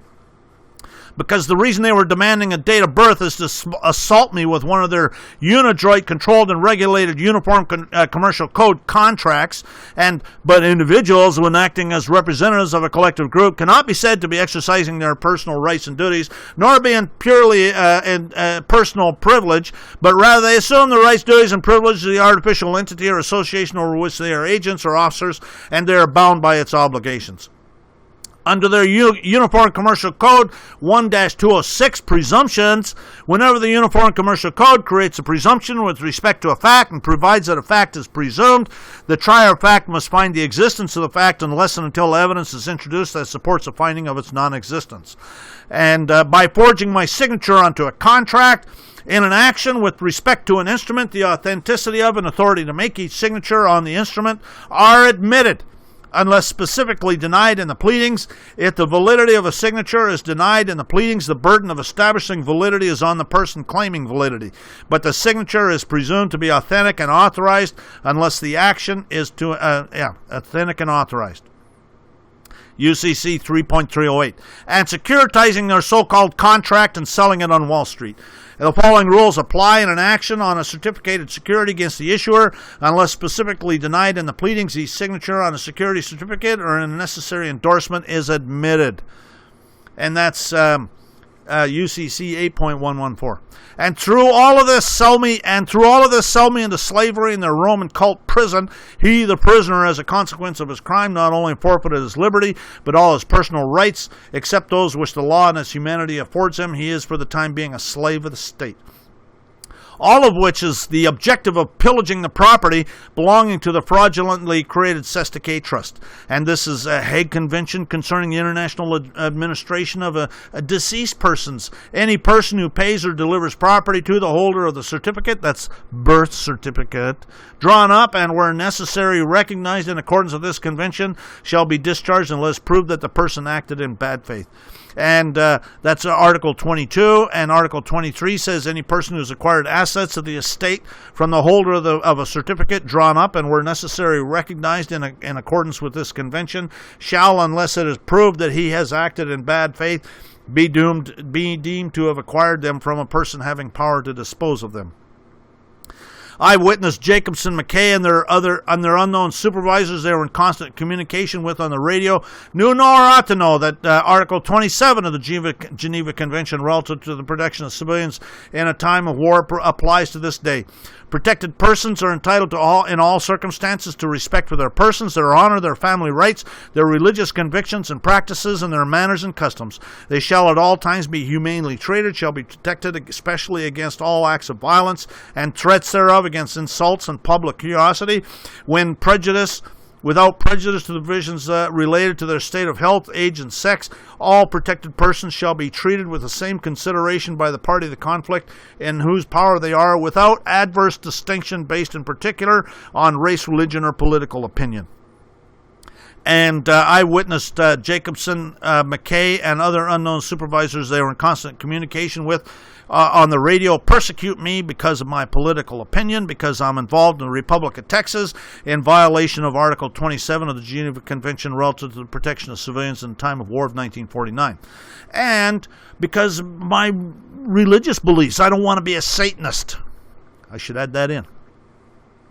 Eyewitness Jacobson and McKay wear military uniforms with military rank insignias. Therefore, Eyewitness Jacobson and their unknown co-conspirators assault me with their martial law, which is the same thing that precipitated the War of Independence. And this is causes and necessities for taking up arms. Statutes have been passed for extending the jurisdiction of courts of admiralty and vice-admiralty far beyond their ancient limits, for depriving us of the accustomed and inestimable privilege of trial by jury in cases affecting both life and property, and for altering fundamentally the form of government established by charter. We saw the misery to which such despotism would reduce us, to supersede the course of common law, and instead thereof publish and order the use and exercise of the law martial.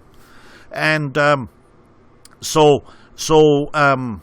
that's taken from causes and necessities for taking up arms, which is what happened when Samuel Adams witnessed somebody flogged to death for refusing to take a license. A license is a contract.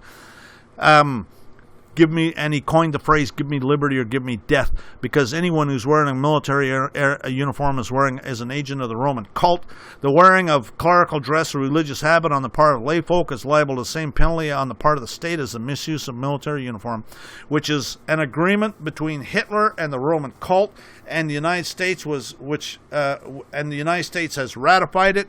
And because at common law, a deputy sheriff would have a star only, and a common law judge would have a business suit. But under the Roman cult, deputy sheriff has a military uniform, and the so-called judge wears a black robe military uniform, which means they have no lawful authority to exist under the Constitution or laws of the United States or Texas, and are impersonating public servants. A person commits an offense if he impersonates a public servant with intents to induce another to submit to his pretended official authority or to rely on his pretended official acts. Knowingly purports to exercise any function of a public servant or of a public office, including that of a judge in a court, and the position or office through which he purports to exercise a function of a public servant or public office have no lawful existence under the Constitution of this state or of the United States. An offense under this section is a felony of the third degree. And because the government only has authority over what the government creates. All subjects over which the sovereign power of the state extends are objects of taxation, but those over which it does not extend are exempt from taxation. This proposition may also be pronounced as self-evident. The sovereignty of the state extends to everything which exists by its authority or permission. And likewise, the Roman cult has only authority over things which it creates. And that's a citation from Tomlin's Law Dictionary about the Sestake Trust. You can read it when you get a chance. It's the same thing. I've read it 2 or 3 times already, and we need to get moving on this. Which is why these Satanist order followers, Jacobson, McKay, and others unknown, are so interested in assaulting me with their Roman cult-owned and operated Sestake Trust. Check out my other videos, Bankster Thieves Playlist, Roman Cult Playlist, Bankrupt Corporate So-Called Governments, Bar Members 1 through 3, Do-It-Yourself, How Not to Volunteer for the Selective Service in the Draft 1 and 2. Matter of fact, number 2 is probably the better one. Martial Laws Here, Do-It-Yourself No Income Tax, Do-It-Yourself Free Mail 1 and 2, Do-It-Yourself Kangaroo Courts 1 through 9, Canada Border Pigs Playlist, and Bar Members and their Satanic Connections playlist. Jacobson and McKay. Here, I gotta add in this. I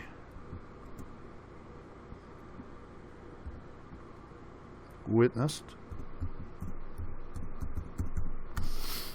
Jacobson, McKay, and other unknown individuals over the radio knew nor ought to know that there are 2 national governments in America, one which operates within the limits of the Constitution, one which is created by Congress and does not operate within the Constitution. And this is the dissenting opinion of Justice Marshall Harlan in the case Downs versus Bidwell, 182 U.S. 244 in 1901. Actually, that should be in brackets. Let's put that in brackets.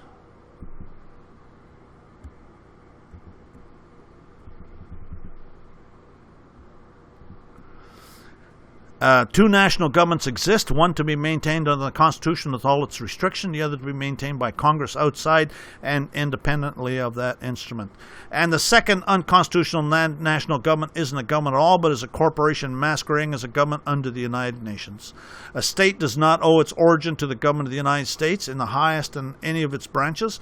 It was in existence before it. It derives its authority from the same pure and sacred source as itself, the voluntary and deliberate choice of the people. A state is, however, exempt from the jurisdiction of the courts of the United States or from any other exterior authority unless the special instances where the general government has power derived from the Constitution itself. The question to be determined is whether this state, so respectable and whose claim soars so high, is amenable to the jurisdiction of the Supreme Court of the United States. This question, important in itself, will depend on others, more important still, and may perhaps be ultimately resolved into one, no less radical than this: do the people of the United States form a nation? By that law, the several states and the governments spread over the globe are considered as forming a society, not a nation. And that's caps were in the original, okay? So this was 1794. So that's what was going on. That's what precipitated the War of Independence. Governments descend to a level of mere private corporation and take on the characteristics of a mere private citizen, where private corporate commercial paper, Federal Reserve notes, and securities is concerned. For purposes of suit, such corporations and individuals are regarded as entities entirely separate from government, which is owned and operated by the Roman cult. Within 20 years, this country is going to rule the world. Kings and emperors will soon pass away, and the democracy of the United States will take their place. When the United States rule the world, the Catholic Church will rule the world. Nothing can stand against the Church. I'd like to see the politician who would try to rule against the Church in Chicago. His reign would be short indeed. That's Roman Catholic Archbishop James E. Quigley in the Chicago Daily Tribune, May 5th, 1903. Which is why there are fascias on both sides of the speaker's podium in the U.S. House of Representatives, and it's also why the Rothschild-owned and operated Federal Reserve was set up. And this is taken from the Jewish Encyclopedia, Volume 2, page 497. Meanwhile, the nationalistic and reactionary parties of France desired to counterbalance the Semitic influence by the Rothschilds. To counterbalance the Semitic influence by the Rothschilds by establishing a banking concern which should be essentially Catholic.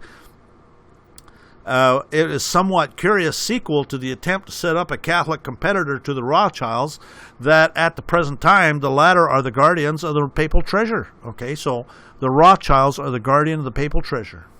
So, and the Rothschilds own are in control of the Federal Reserve and all the central banks.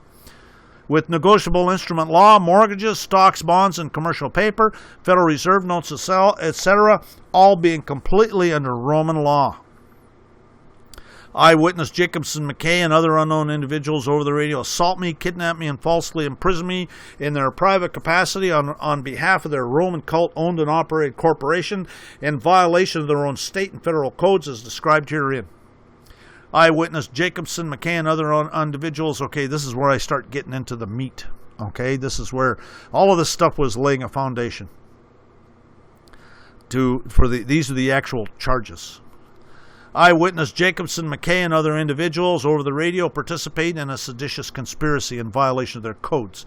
If two or more persons in any state or territory or any place subject to the jurisdiction of the United States conspire to overthrow, put down, or destroy by force the government of the United States, or to deliver war against them, or to oppose by force the authority thereof, or by force prevent, hinder, delay execution of any law of the United States, or by force seize, take, possess any property of the United States contrary to the authority thereof, they shall be fined under this title or imprisoned not more than 20 years or both.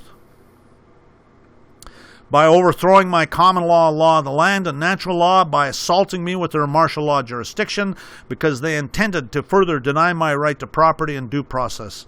And this is the technical necessities of common law are not regarded. A jury does not figure ordinary in the trial of an admiralty suit. The verdict of a jury merely advisory, and may be disregarded by the court. The rules of practice may be altered whenever found to be inconvenient or likely to embarrass the business of the court. Yeah, we want to railroad this guy, so we're just going to throw the rules out. The Court of Admiralty acts upon equitable principles. A libel of information does not require all the technical precision of an indictment of common law. If the allegations describe the offense, that's all that is necessary. It is founded upon a statute. It is all, and it is sufficient if it pursues the words of the law. Okay, so statutes are all admiralty. Civil law, Roman civil law are convertible phrases meaning the same system of jurisprudence. That rule of action which every particular nation, commonwealth, or city has established peculiarly for itself, more properly called municipal law, as distinguished from the law of nature or from international law. Okay, so civil law, Roman civil law, and municipal law are interchangeable phrases. Eyewitness Jacobson McKay and other unknown individuals over the radio assault me with one of their satanic contracts. Brown lays down the rule in these terms. The general rule, however, present is that Admiralty acts only in rem, and that no person can be subject to that jurisdiction but by his consent, expressed by his entering into a stipulation. That's a contract. In Krebel's report, it is expressly said, without a stipulation, the Admiralty has no jurisdiction at all over the person. It's impossible to prove jurisdiction absent a substantial nexus with the state, such as a voluntary subscription to a license. All jurisdictional facts supporting the claim that supposed jurisdiction exists must appear on the record of the court.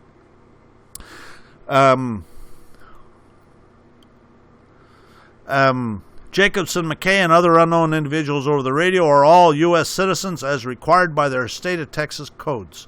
I think I'll add in an eyewitness there.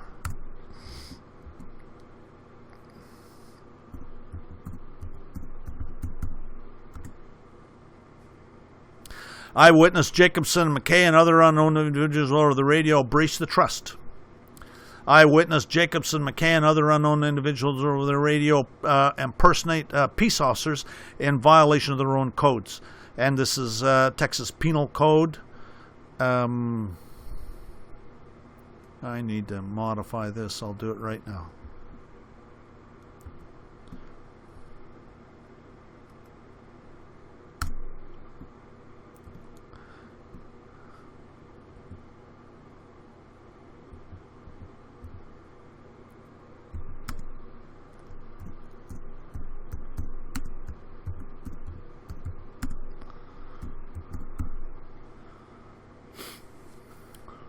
A person commits an offense if he impersonates a public servant with intent to induce another to submit to his pretended official authority or rely on his pretended official acts. Knowingly purports to exercise any function of a public servant or a public office, including that of a judge or court, and the position or office through which he purports to exercise a function or public servant or public office has no lawful existence under the constitutional laws of the state or the United States. They do that all the time. Eyewitness Jacobson, McKay, and other unknown individuals over the radio knowingly, willingly, intentionally deprived me of my rights, trespassed upon my property, not to be assaulted, kidnapped, falsely imprisoned under color of their own codes.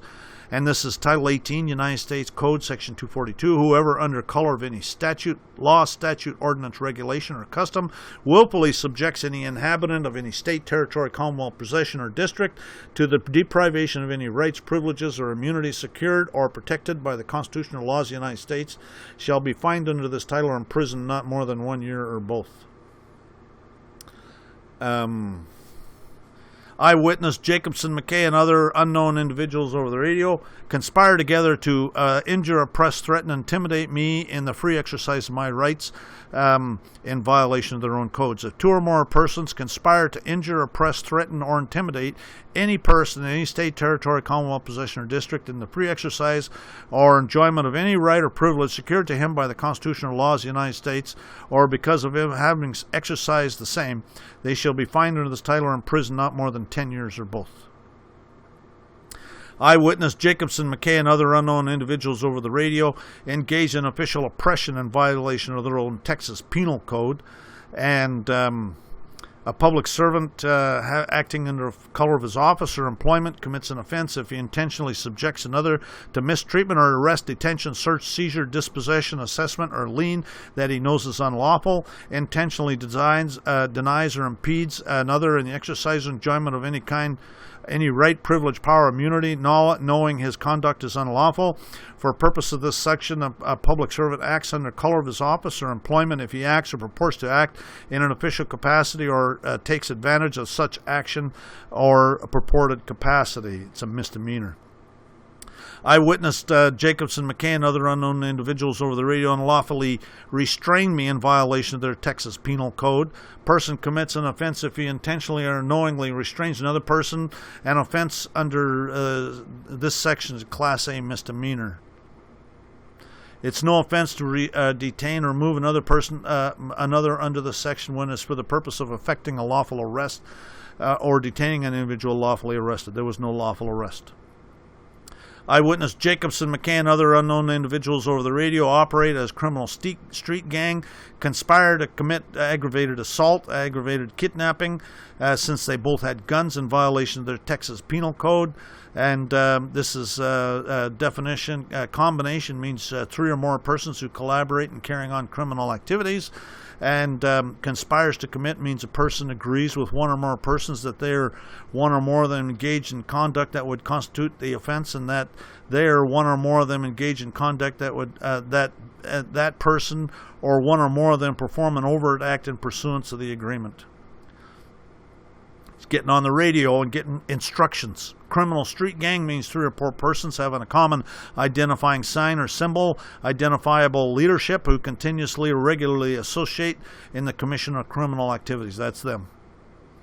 Organized criminal activity. A person commits an offense if he is established, maintain, participate in a combination or profits from a combination or as a member of a criminal street gang. The person commits or conspires to commit one or more of the following: murder, aggravated robbery, theft, aggravated kidnapping, aggravated assault.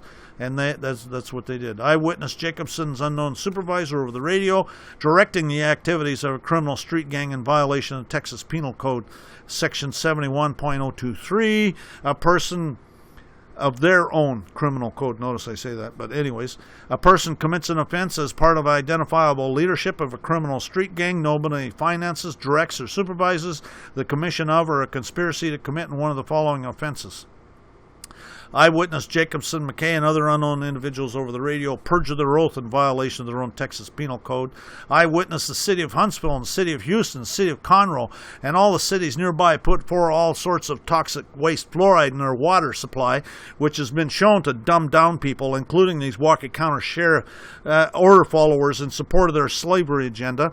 I believe the evidence will show the Walker County Sheriff's Department deliberately screens applicants for deputy sheriffs and other positions for low intelligence, just like the city of New London, Connecticut does, which is approved by the U.S. Court of Appeals in the Second Circuit in the case Jordan versus City of New London, case number 99-9188, where Robert Jordan had a master's degree in the U.S. Court of Appeals for the Second Circuit, approved the fact that the city of New London refused to hire him because he scored too high in their intelligence test.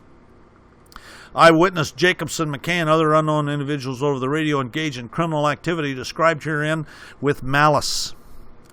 Although probable cause may not be inferred,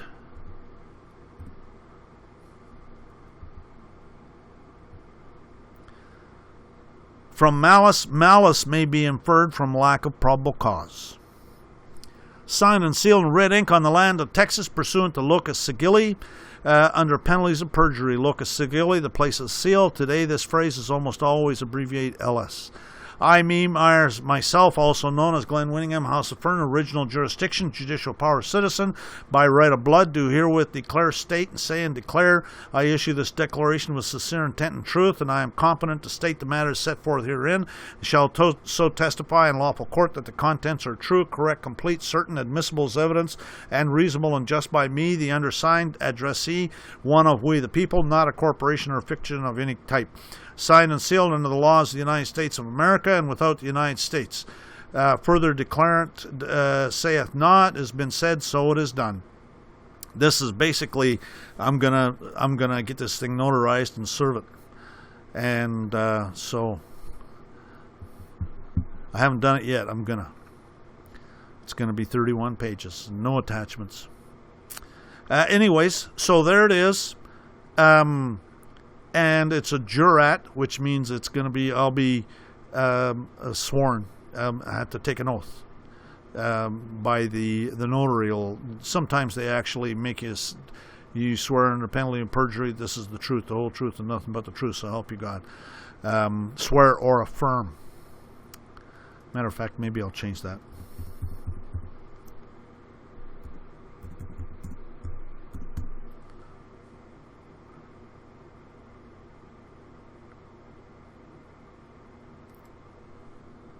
Anyways, this is it. I basically put in there everything I could possibly think of. And I've been putting this together for a couple months now, quite frankly, and I just kind of think about it for a while and add some more stuff, that kind of thing. So,